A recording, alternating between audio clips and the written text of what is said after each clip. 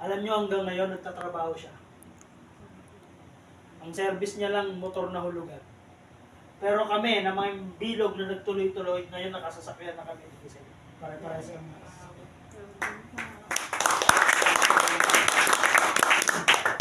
Pinaka-last and lesson. Pinakamasakit yung tinatawag na regret. Yung nabigyan ka na ng chance, ng pagkakataon pero hindi ka sumugal. Yung umiral sa'yo yung salitang baka. Baka di ko yumaman dyan. Baka walang mangyari. Baligtarin mo. Baka, kung baka dito ka naman yumaman. Baka dito mabago ang buhay mo. Diba? Paano mo malalaman kung di mo susubukan? Yes. Guys, subok-subok lang. Ginawa ko lang yung part ko. Na-inspired lang din ako gaya.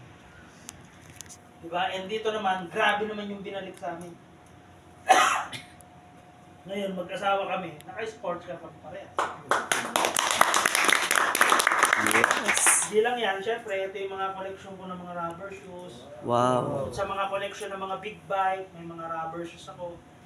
Babalik kami sa Korea, doon ako bibili uli ng mga bagong. Ito guys, binili ko to sa Japan, limited edition. Kaya kung makikita nyo, may sulat siya ng Japanese. Wala kayong makikita ng Jordan na ganito rin. Diba? And yung mga ibang collection ko doon, hindi sa pagmamayabang, nakabili ako ng mga LV na sapatos, LV na Jordan.